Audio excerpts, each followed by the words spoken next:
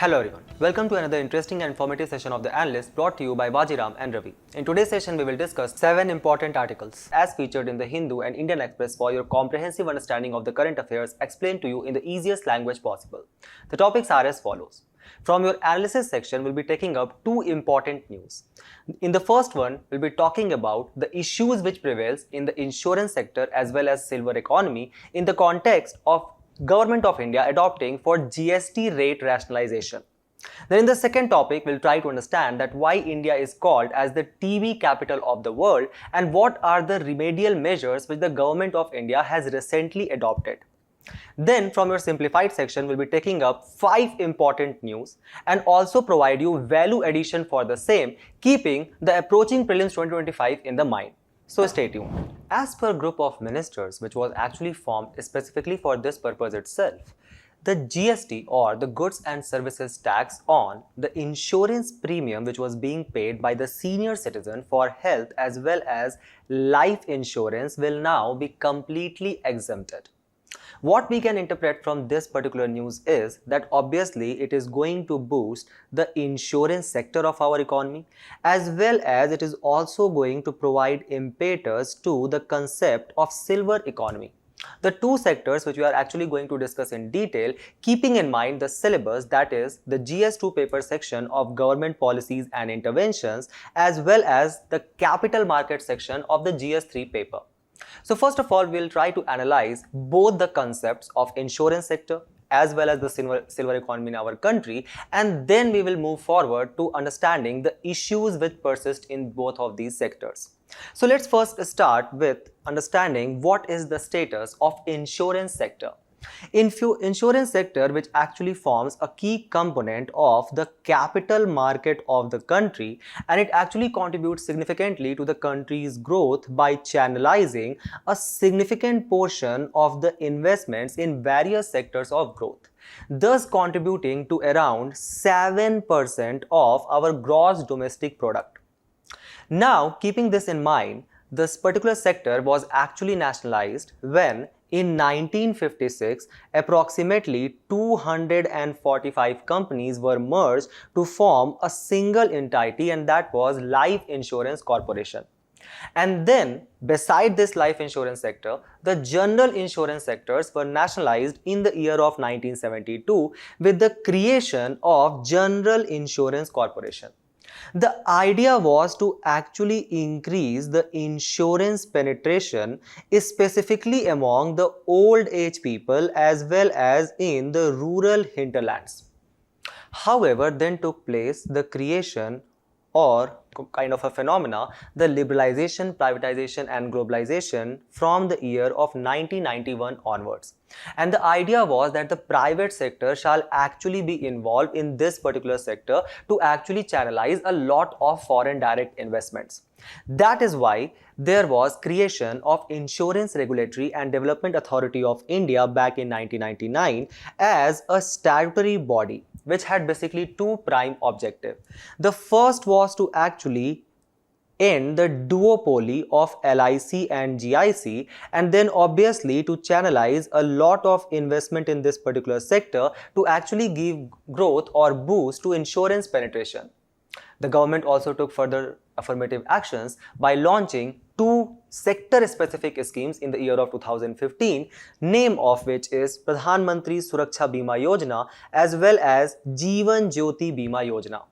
Then in the year of 2021, the Life Insurance Amendment Act was brought, allowing for 75% of foreign direct investment in this particular sector through automatic route and 100% in investment through the government approval route. Keep this in mind that as per the Swiss Sigma report, this particular sector is actually growing with a growth rate of 14% per annum, and thus the idea is that the India's insurance market will actually turn out to become the 6th largest insurance market by the year of 2030. Currently, where we stand? Currently, India's insurance market stands at the 10th largest insurance market in the world, a sector which is dominated by USA, followed by China and United Kingdom. If we look at the segmentation of this particular sector, the life insurance actually contributes to the major share of the market with 70% market share, and the non-life has around 30% of the market share. When we have understood this concept of insurance sector, now let's try to understand what actually constitutes this concept of silver economy, on which also a question arrived in your mains 2024 asking for what is the demographic winter. Well, if we look at the specific definition which was provided to us by the National Policy for Older Person 1999, a person who is actually aged above the 60 years or 60 years is actually constitute an old person. The same policy also directed the government that we shall actually integrate this old economy into the path of economic development. Then if we specifically look at the World Population Prospect Report 2022, which was released by United Nations, by the year of 2024, India currently has approximately 10% of its population which is either 60 or 60 above. That basically constitutes to 104 million people. But keep this in mind that by the time we will reach to the middle of this century, that is 2050, 20% of our population or a staggering 319 million people will actually be 60 or above.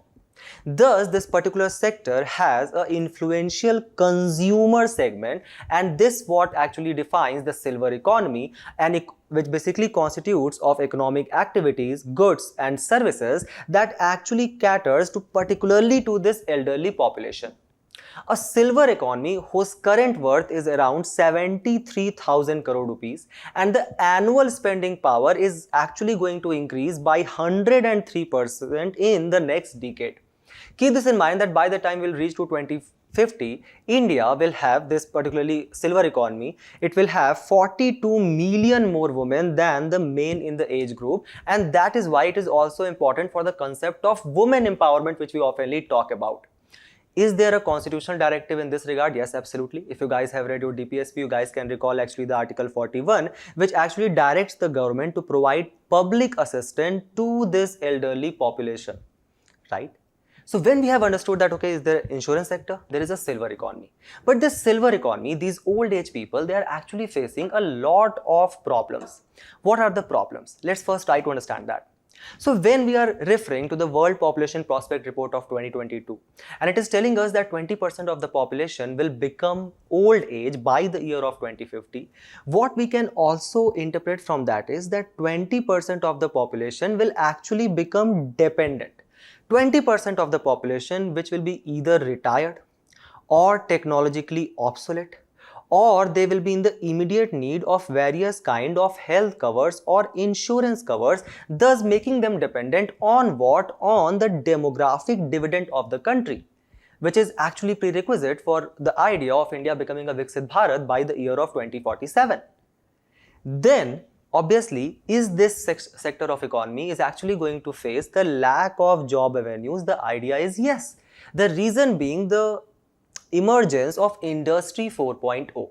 The Industry 4.0, which is actually characterized by machine learning, use of artificial intelligence, the big data analytics, etc. So for example, let's say that there was a traditional handicraft person, right, who actually used to work in this handicraft industry, and he actually used to make very beautiful pottery, right?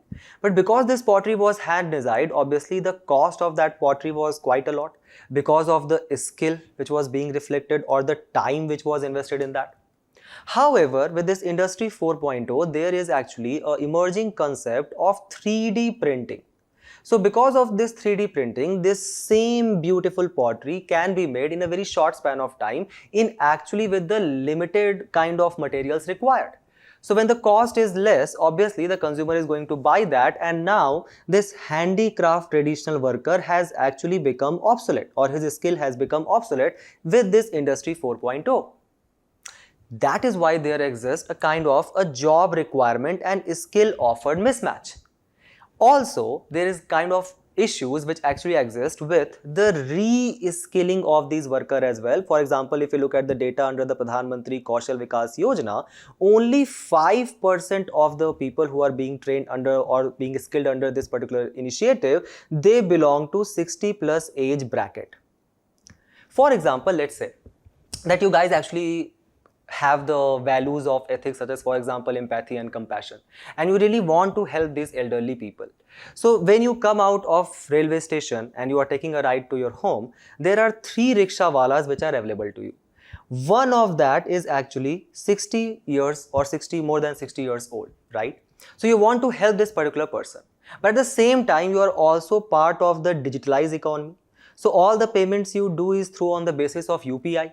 But now this particular older person either doesn't have the smartphone because of the socio-economic inequality, or does not know the technical know-how to actually run the smartphone to take the payment. So obviously you will have no option rather than choosing for the younger variants. So obviously the skill which is being offered and the job which is required, there is a kind of a mismatch which exists. Then obviously there exists a concept of crony capitalism which basically works on profit maximization. So these industries, they know that these older people who are 60 or above than that, they will all obviously have some or other health issues, and thus there can be loss of working hours. So either that leads to layoff of these people, or they actually create entry barriers for them. Also, when we talk about in our various analyst sections that actually our economy is 90% informal economy, what we basically means that majority of this working population is out of any social security net. They either don't have any provident fund covering or any kind of pension scheme. All of that leads to what? Just look at the data here, which was actually provided with the aging study which was done in our country, which stated that 19% of the elderly people did not have any source of income, as high as 42% in Lakshadweep. 22% of this elderly population actually faced poverty, as high as 47% in Chhattisgarh, and that is why 23% of this elderly population had prevalence of multi-morbidity or chronic conditions. All of that will lead to what? High out-of-pocket expenditure, also because there exists a poor health infrastructure in our country. Thus, it becomes a prerequisite for a very strong health cover and insurance sector which shall come into the aid of these poor people. But does our insurance sector is capable enough? First, let's look at the persisting high insurance gap. So when we talk about the insurance penetration in our country, which basically means the total amount of premium which has been paid divided by the GDP of the country, that stand as low as 4% of the GDP. Just look at the staggering percentage in USA, that is 11.6%. What does this basically indicate? This basically indicates that the people who are actually buying the insurance as a percentage to the income which they are generating, that is very low in our country. The second is the concept of insurance density. What is insurance density? That is again basically the total number of premium or the insurance payment which you have done, total number of that divided by the total number of population. So this basically indicates at the per capita insurance which exists in our country. That is only $92 billion or $92 in our country, and in USA that is almost 90 times high, that is around $8,885. So the insurance density in our country is only $92. What does this basically implies? This implies that even if the people are buying the insurance, they are actually of meager amounts. They are not buying the insurance or not covering a lot of sectors in their life. Obviously, that reflects in the heavy domination of the life insurance sector. For example, most of the people, they just actually want to insure their life coverage.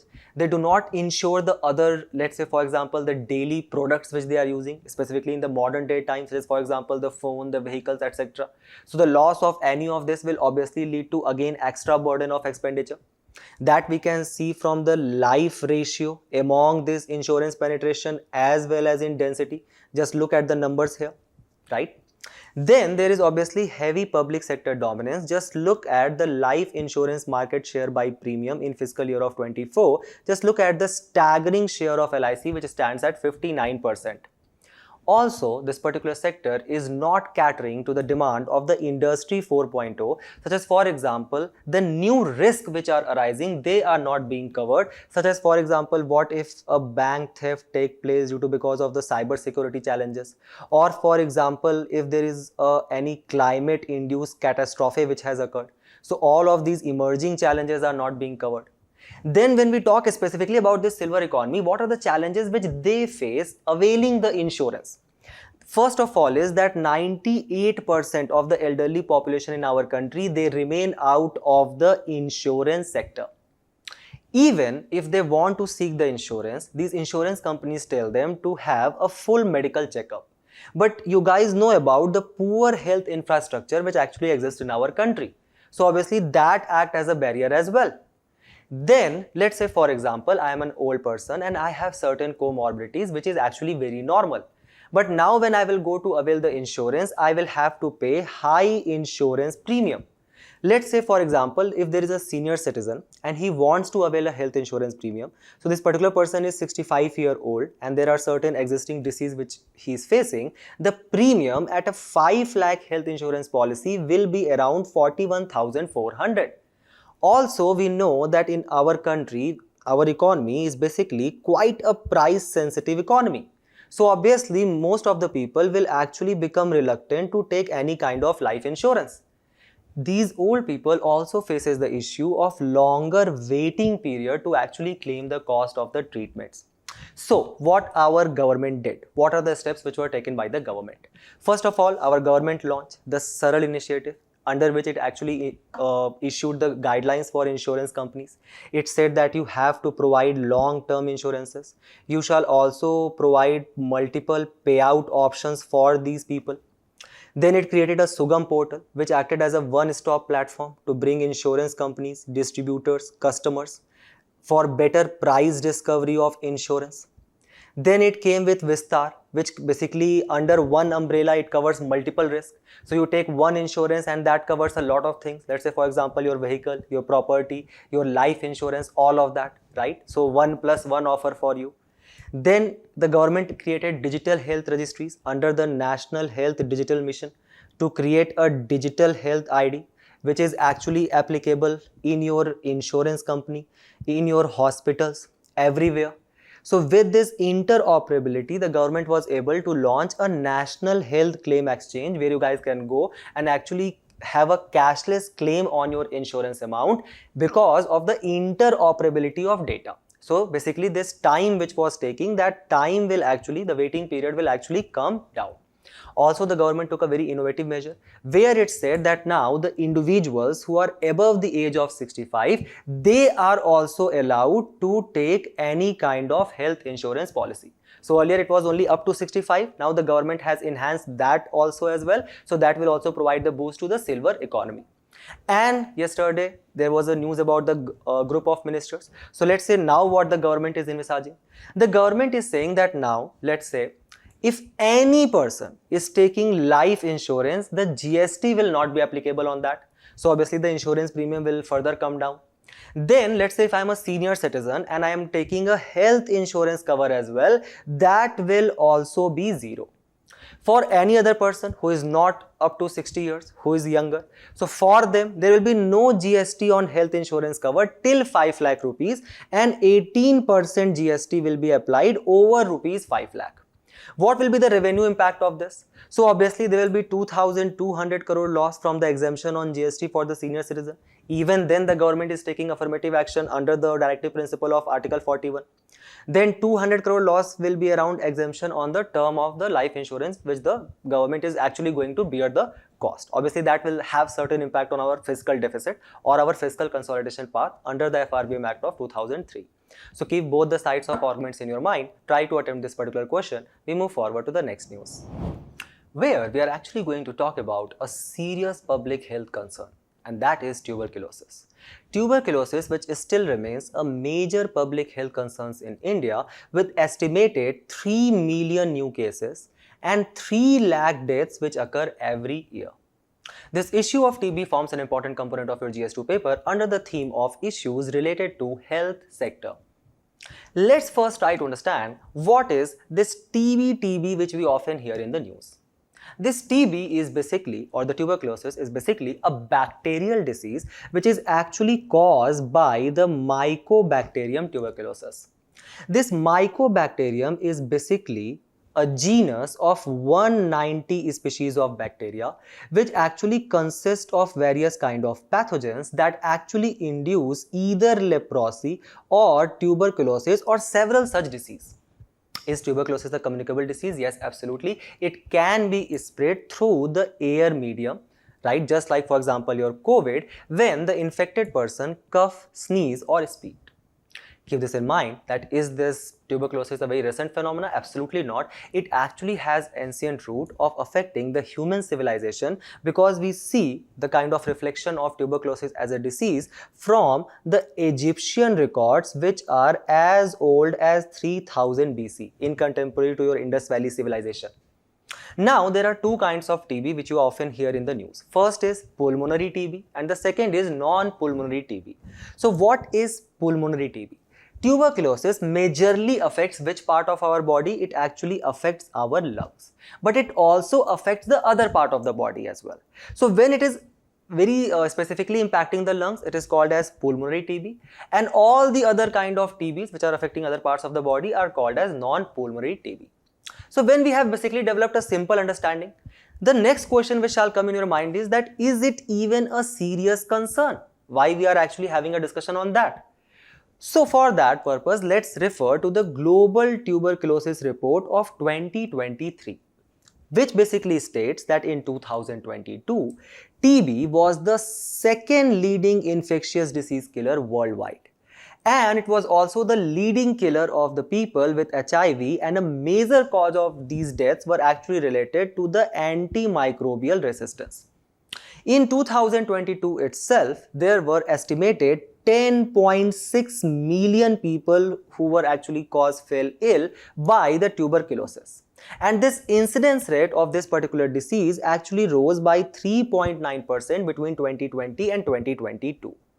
Also, 10.6 million people affected, 1.3 million actually died because of this TB. Keep this in mind.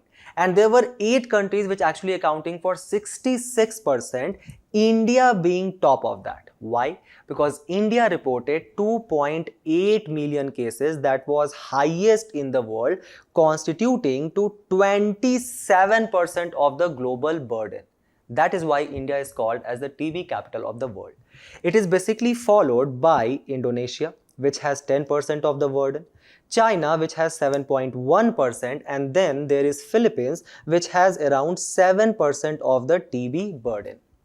Now let's say if there is 100 people who were affected by this tuberculosis disease, 12 out of them died, thus case fatality ratio stands as high as 12%. Also, when it comes to the multi-drug resistant TB, India also has the highest burden of that, and the report also highlights that only 2% of the patients who were actually affected by this MDR-TB availed any kind of treatment. So these were the serious issues which is being faced in our country. The question arises here is that what are the causes for such high level of TB burden in our country? We will try to understand them one by one. First is basically, when we talk about these causes, we are going to base them upon 3 U's pillar. What is 3 U's pillar? 3 U's pillar is basically the majority of the text, the majority of the disease cases which actually remains undetected, or they remain unreported, or they remain untreated. And on these 3 pillars, we will see the various factors which are responsible. The first is obviously the lack of awareness which persists among the larger population.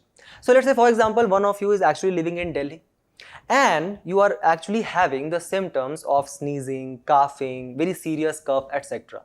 But because you are living in Delhi, the chances are that you will actually attribute your coughing to this high level of pollution which is persisting. Thus, you will actually not go to the doctor or not refer to the doctor.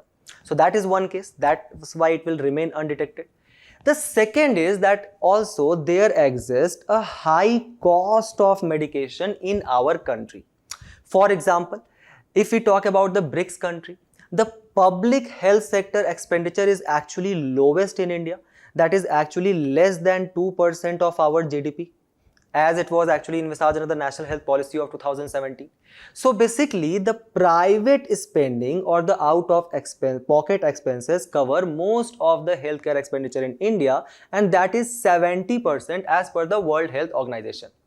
So if you know that if I am going to the doctor and the doctor is going to charge me a hefty cost even for a simple medication advice, you will actually refrain from going to the doctor. That will also amount to obviously this undetected issue. Then obviously there is issue of unreporting as well. Why does that happen? So let's say, for example, I am an aware citizen, even though I am living in villages. I am watching the Analyst on daily basis. What I want to do, I want to actually go to the nearby primary healthcare center and actually have a checkup. But there exists an inadequate access to the primary healthcare center because of the poor health infrastructure in our country. To understand that, we are going to take a case study which was actually published by National Health Agency in the year of 2020, talking about the state of Madhya Pradesh, where 20% of the population which is living in the villages of MP, they are actually have a minimum distance of 5 km from the nearest primary healthcare center. Right? So obviously out of pocket expenditure is actually further going to increase, further going to amplify. So because of this cost issue, because of this unawareness, what I will eventually end up doing is that I will refer to the nearest pharmacy, the expert pharmacy. I will go there and I will take the out of counter or at the counter medication, which is basically provided to me by an unsolicited advice by maybe a quack, which is basically an untrained healthcare professional, and that will eventually lead to what? So what this particular healthcare professional will do, he will actually suggest me some kind of antibiotics, such as for example chest and cold or Foracet, which were very recently banned by the government of India. And because of this unsolicited multiple kind of antibiotic use, eventually that lead to what? The multi-drug resistant tuberculosis. Also, there exists a shortage of anti-TB drugs in our country as highlighted by World Health Organization, drugs such as for example rifampicin or isozaniad. So because of these major issues which are prevailing, there are certain socio-economic factors as well which were highlighted by the today's article. The factors such as for example poverty which exists in our country. So for example, as per the multidimensional poverty index which was released by UNDP, India currently has 18% of the population which is basically multidimensionally poor. Or for example, there is issue of overcrowding and undernutrition. So just look at the India's ranking at Global Hunger Index 2024 which was released very recently, with India being the highest rate of wasting in the world, child wasting in the world. Can any one of you tell me what was India's rank in the recently released Global Hunger Index 2024? Now, coming to, there are other risk factors as well, such as for example diabetes, smoking, alcohol, and all of these factors are very poorly managed, specifically in the rural areas. A major issue of that is undernutrition, highlighted by this GHI 2024, contributing to more than 33% of the new TB cases in the India. So keep this in mind, right? Another issue is that the most vulnerable communities, right, which are living in these villages, which does not have access to good nutrition, good healthcare condition, these people actually cannot access the benefit which are being provided by the government as well. The reason being the lack of proof of identity, residence, bank accounts, the distances involved, as we were discussing in the case study of Madhya Pradesh. Thus, if you look at the TB cases in India as per the TB report 2023, the estimated TB cases were around 27 lakh. However, the reported cases were only 25.5, that is almost 2 lakh less. And the percentage of cases which were coming from private sector were around 32%, so obviously leading to high amount of out-of-pocket expenditure, ultimately leading to high mortality, that is around 3.2 lakhs. So what are the steps which has been taken by the government of India to effectively tackle this emerging serious public health concern? Let's see first that. So first of all, we have a kind of an TB elimination program from 2017 to 25, so kind of a mission mode scheme. Also, the government launched a DOTS strategy, which basically works on effective detection of these cases. Then effective standardized treatment which shall be provided, and an important component of this DOT strategy was to actually increase the nutritional status. Because if you look at for example, the rations trial which was conducted, it actually showed to us that the national support improves the treatment adherence, weight gain, and that nutrition leads to 50% reduced risk death. That is why the government launched the Nikshay Poshan Yojana, which has been revised very recently. What the government has done? The government has actually doubled down the direct benefit transfer now to 1000 rupees per month, and it will also provide around 3000 rupees at the time of the diagnosis of the case, right? This will actually lead to the proposal. There is also a proposal to provide energy dense nutritional supplement to these underweight patients for 2 months. However, the research which has been conducted by the Chennai-based National Institute of Epidemiology, it basically tells that this severe undernutrition, the 2 months of nutritional support may not be sufficient. So we need to increase that as well. Under what? Under the National Food Security Act of 2013, under which we are providing 75% population of rural area and 50% population of urban area the subsidized food. So there we shall also provide a kind of a nutritional status as well. So is there a kind of way forward which we can take? Yes, absolutely. What are they? As suggested by the report today.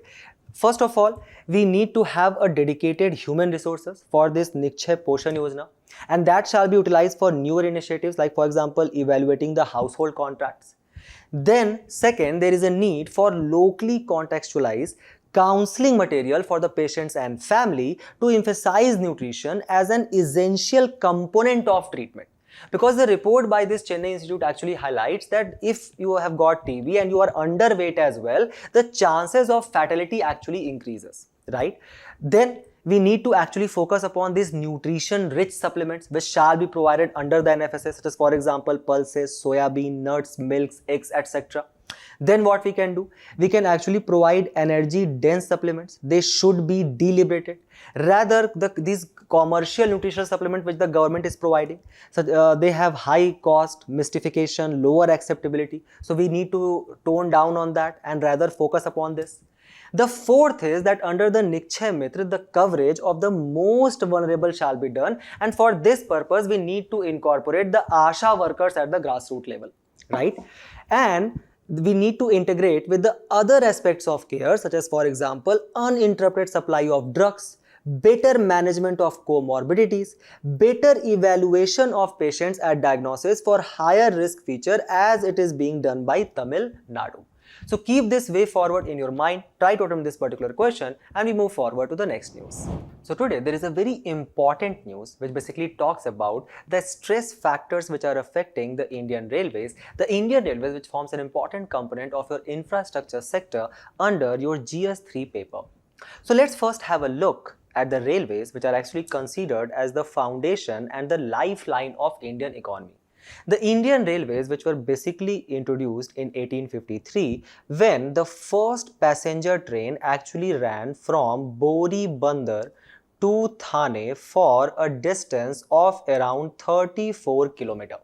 However, a very interesting fact here that it was not the first train to run on Indian soil, because a first commercial train had already ran in 1837. Can any one of you name that this particular train ran in which of the state of the erstwhile British India? Coming to currently, our country has the fourth largest rail network in the world. The largest is in USA, followed by Russia, and then there is China, and finally our country. Now there is a growing demand of the railways in our country, which we can see that how India is projected to account for 40% of the total global share of rail activity by 2050. The goal of the government is to actually upgrade 40,000 conventional rail bogies and make them to meet Vande Bharat standards, right? The traffic revenue was estimated to be around 2,64,000 crore, comprising 99% of the total revenue. So the government is also providing a lot of policy support to this particular sector, which is actually generating around $30 billion in revenue. What the government is doing? The government has allocated around 2.6 lakh crore to this particular sector, allowed for 100% FDI, as well as created the National Rail Plan till 2030 to develop a modern railway system. However, there are several safety issues which has kept on incurring with this Indian Railways. Such as, for example, the incident which took place with Agartala Lokmanya Tilak Express in Assam very recently, or for example, the Balasore incident in Odisha, which actually ended up causing the death of 275 people. If we specifically talk about the number of railway accidents, they have actually dropped from 1390 per annum in the year of 1960 to around 80 per annum in the last decade. There were still 34 consequential accidents which took place in 2021, 48 in 2022 and around 40 in 2023. Keep this in mind that if you look at the Indian Railways, yes indeed, the incidents are obviously rising, but still majority of the incidents are taking place because of collision, derailments, the level crossing accidents, and very less number because of the fires, etc. So obviously still it is a very major issue. If we look at the public records which has been given to us by the government of India, 55% of the all accidents actually involve the trains has been due to the failure of the railway staff. 28% occurred due to the failure of the part of the non-staff failure. Equipment failure actually led to 6.2% accidents. Keep this in mind that in both Balasore and the Kavarai-Pettai accidents, official ended up blaming the signaling system. So to tackle with this issue of signaling, what the government did, it has brought a Kavach. What is Kavach? Kavach is basically an automatic train protection system which is designed to what? To prevent the collision. It basically allows the pilot to track the relative location of their vehicles and the other trains which are running, which can actually, if they come like very nearby to each other on the very same track, it can actuate alarms and automated braking can done. Right? So first of all, let's try to understand this Kavach system. Right, which basically works on what? A set of electronic and radio frequency devices which are installed in the locomotives, and this signaling system which tracks the train routes, etc. They also can talk to each other using the ultra high radio frequencies to control the brakes of train and also alert the drivers. Where we are using what? The GPS, the radio communications, the loco TCS. And if a red signal is jumped and two trains come fast, like very face to face to each other, the technologically do what? It automatically takes over and applies the sudden brake. However, by February 2024, the railways had installed Kavach on around 1465 kilometer route, or only 2% of its total route length. That is why the railway minister actually emphasized on Kavach that it will be implemented in the mission modes after the accident which occurred. The cost of the government which will be incurred by the government, that is around 50 lakh rupees per kilometer and 70 lakh rupees per locomotive. However, as per the study which was done by the Hindu, it says that all this total cost, if we do it in every train and on every track route, it will be only less than 2% of the railway's annual capital expenditure. Keep this in mind that since 1990, from the LPG reforms year, the railways has classified nearly 70% of all major accidents as the derailment of the tracks, but only 2% of them were due to the collisions. So even if you are emphasizing so much on Kavach, first of all, it is actually not going to take that much of the cost of the railways. So that shall be done in the mission mode. But only sole emphasis on that shall not be relied, because there exist other issues as well. Collision accounted only for 2% of the cases. Now, another issue which exists with the railways is the high operating ratio. Let's first try to understand what is operating ratio. Operating ratio is basically the amount which the railway spends to earn 100 rupees. In 2024, it was around 98.2. So the government is spending 98 rupees, then it is getting 100 rupees back. So the profit margin is of what? 1.8 rupees, that's all, right? And that has actually declined from around 97.8 in 2016, right? So lower the operating ratio, that as much profit for the government. Now this actually leaves what? Very less amount with the government for capital expenditure, and thus the railways has to depend more on what? On the extra budgetary resources. If we look at EBRs, the railways dues have actually ballooned to 17% of its revenue receipts today from the 10% which it used to have in 2010-15. Then if we look specifically at the various freight corridors which the government has launched, the east, west, the north, the south, right? So the railways has two main internal revenue sources. First is the passenger services which we take. Then there is a freight. The freight cost actually gives the more profit to the government, and that is 65% of the earnings, right? The freight rates actually has increased more than thrice as fast as the passenger rates, correct? So if we look at the draft national rail plan, 30% of the railway network is utilized to more than 100% of its capacity. What it was resulting into? It was actually resulting into slow freight movement around 26 km per hour. So government did what? It bought these dedicated freight corridors under which the average speed is around 120 km per hour, correct? Now, among these dedicated freight corridor, only the eastern DFC is fully operational. Also, most of these DFCs actually being run on what? On coal, which actually accounted for half of the freight revenue, even though we shall put more impetus upon what? Upon renewable energy. Also, the safety is being affected. For example, for a very long time, the railway has this dilemma caught between two aspirations, that is, whether we should provide affordable traveling option or there shall be profitable business. Then there are issues arising such as, for example, growing wage and pension bills. The fuel cost is increasing. For example, the Russia-Ukraine war, imported inflation, the cost of fuel increases. Then there is reporting stressful working conditions including 12-hour shifts, especially in zones with the large freight volumes. The locomotive pilots has been complaining about that. So what we can do specifically to actually increase the safety of our railways? First is to actually close the unmanned level crossing by using the NAVIC or the GPS system. Then under the Rail Suraksha course, specific funds were provided to actually enhance the safety of these railways, right? We shall actually need to implement the electronic interlocking system on all the major routes first, and then in mission mode we shall actually expedite to the larger train routes as well. Then we need to provide or adopt the global best practices for the modern track structure so that derailment doesn't take place, right? For example, using the already pre-stressed tensile strength material, or we can use the PUC for that as well. Then there was also suggestions to actually include the Link-Hoffman-Busch coaches, which are actually very strongly interlinked together. So even if the derailment take place, these bogies does not fall and does not lead to high number of casualties. So keep these suggestions in your mind whenever you guys are writing the answer, and we move forward to the next news, where we are actually going to learn about another disease in the news, and that is Kala Azar. The reason for that is because the government of India has actually reached a step closer to get elimination certification from World Health Organization for this particular disease. So let's first try to understand what is Kala Azar. Kala Azar, which is also known as visceral leishmaniasis, just forgive my pronunciation, it is actually the second deadliest parasitic disease after malaria in India. So both malaria and Kala Azar are parasitic disease.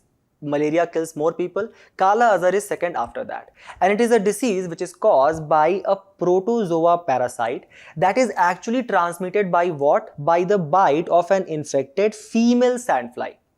Keep this in mind that Kala Azar is a slow processing indigenous disease which is being caused by the parasite of a specific genus, and that genus is Leishmania.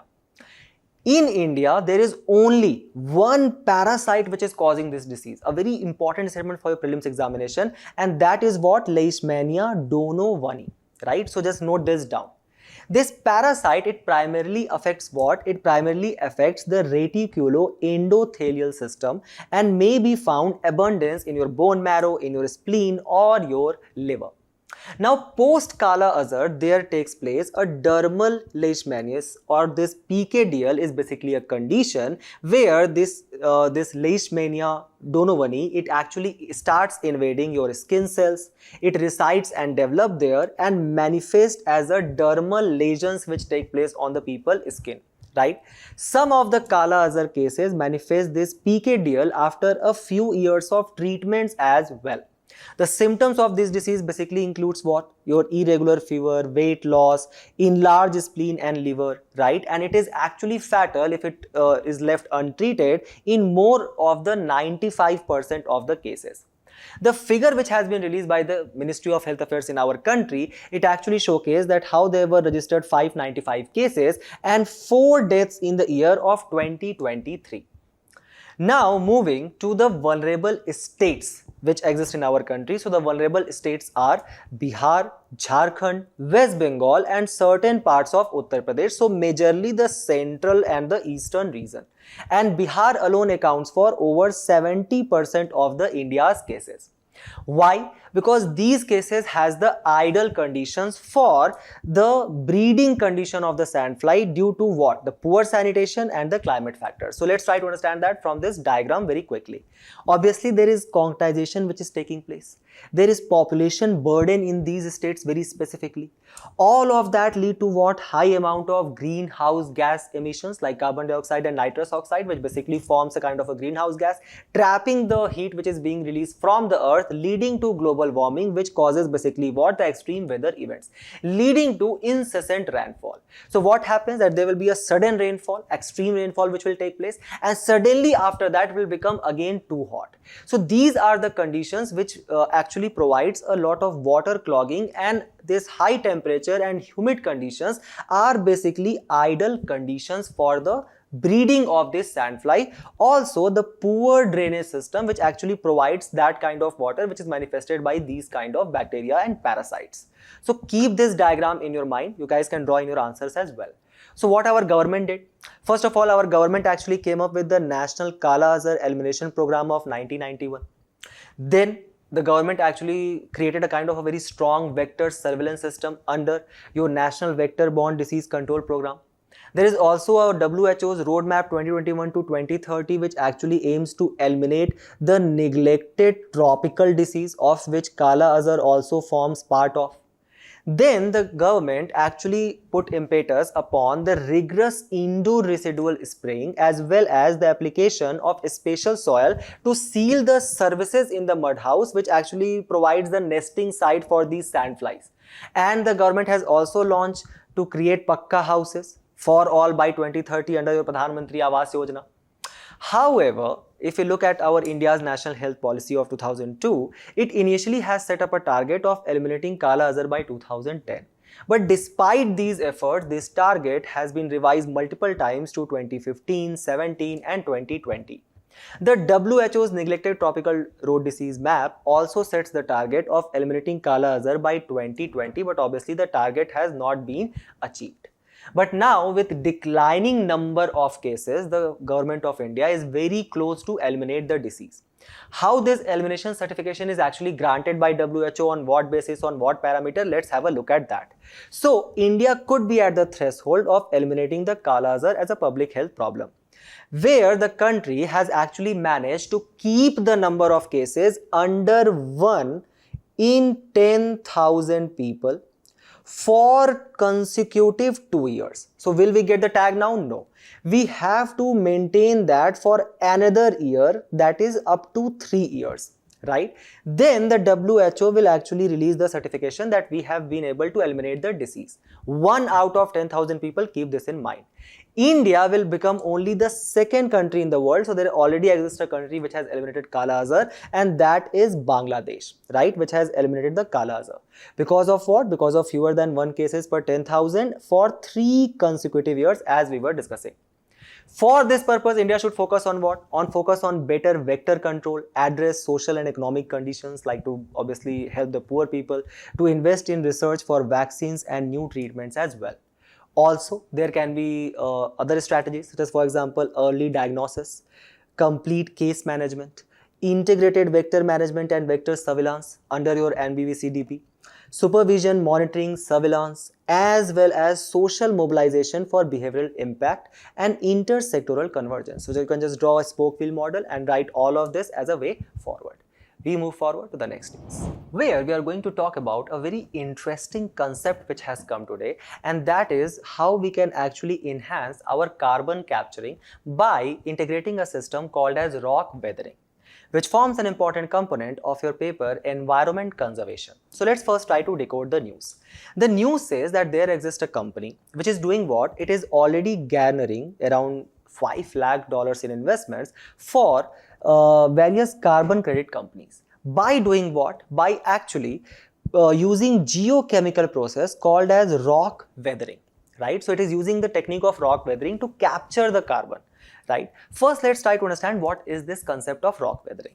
So all rocks, it naturally breaks down into minerals over thousands of years because of various forces, such as for example greenhouse gases, air temperature, the precipitation which take place, the erosion because of the gravity, the volcanism, the mountain building. All of that leads to the erosion or the weathering of the rock, correct? The consequence of this process is what? That atmospheric carbon, it actually reacts with the minerals which are present, such as for example calcium and magnesium largely, and becomes a biocarbonate, correct? Now, through these aquifers, underground streams, rivers, which you guys can see in the map, they actually make this way, this biocarbonate, it makes their way into the ocean, where the carbon is actually locked for eons, correct? So we have understood this concept of rock weathering which take place, correct? Now these oceans, they actually act as what? The carbon sink, because the major carbon sinks and they capture 30% of the CO2 from the human activities.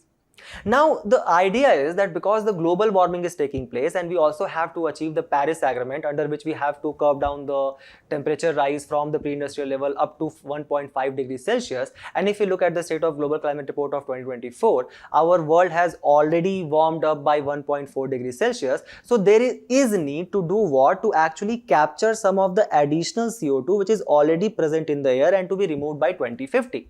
Maybe that can also help our country to actually become a carbon neutral country by the year of 2070, right? So there is need to accelerate the natural carbon removal process, and this is where the enhanced rock weathering comes in. So before to understand this rock weathering process, this enhanced rock weathering process, which you guys can obviously use in your answers, first we will try to have a quick overlook to understand what is this basaltic rock which you guys will study next. So there are basically three types of rock which has also been mentioned in your NCERTs. The first one is igneous rock or primary rocks. So basically when the magma, right, which is basically the molten layer, right, below the crust. So this magma, when it moves upward, obviously it starts cooling down, right, because of the less pressure, less temperature, and it solidifies. And what is the source of this magma? So the source of this magma is asthenosphere. This process of cooling or solidification can take place inside the earth crust or on the surface as well. And this rock which is formed, it is called as igneous or primary rock, the example of which are the granite, the pegmatite, the gabbro and the basalt. Then there is sedimentary rock. So now when this rock has come, we were talking about the weathering process which is taking place, that can also be act as a denudation. So this denudation of rocks takes place, let's say rock A and rock B. Then through various forces, let's say for example wind, water, etc., there takes place a lithification of these rocks. So basically there was a rock A which was basically composed of something else. Then there was a rock B which was composed of something else. Now there is a kind of a mixture which is formed, and that is called as sedimentary rocks, that has number of layers, as for example sandstone, shale, etc. And the example of such sedimentary rocks are limestone, chalk, coal, etc. So remember that coal is what? A sedimentary rock. Then there is a metamorphic rock which is basically created because of the action of pressure, volume, temperature, etc. So rocks, they are actually forced to go down because of, let's say, tectonic process, or when the magma is flowing, a huge amount of temperature that basically just changes the composition of rock completely. So the chemical altering and the recrystallization of rock takes place completely, and such metamorphic rock are marble, quartzite and granite.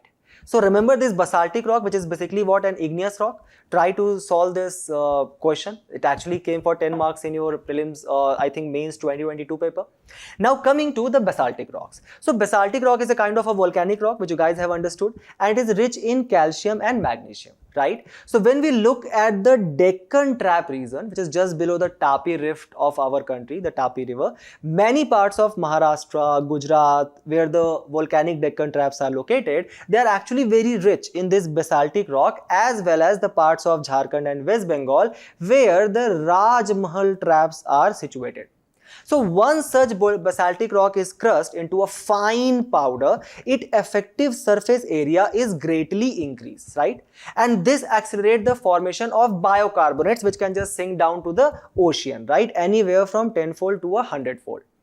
So this company is basically doing what? It is basically collecting these tons of crushed basalt from the Raj Mahal mines and then transporting it to Darjeeling and sprinkling it on the tea estates. And that is basically capturing more of the carbon dioxide from the atmosphere.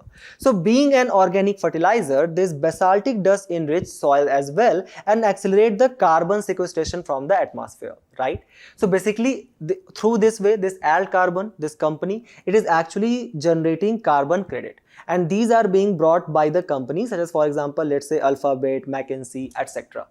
So it is a very interesting concept. You guys can use this in your mains answer as well. And we move forward to the next news, where we are going to actually read a very interesting news from your history, which forms part of your GS1 paper under the theme of literature and architecture from ancient to modern times, where we are going to trace the history of a very beautiful, very important city for our country, and that is our national capital, Delhi. Well, the news says that this particular Delhi has been known by various names such as, for example, Dhillupura, Dhillika and Yoginipura.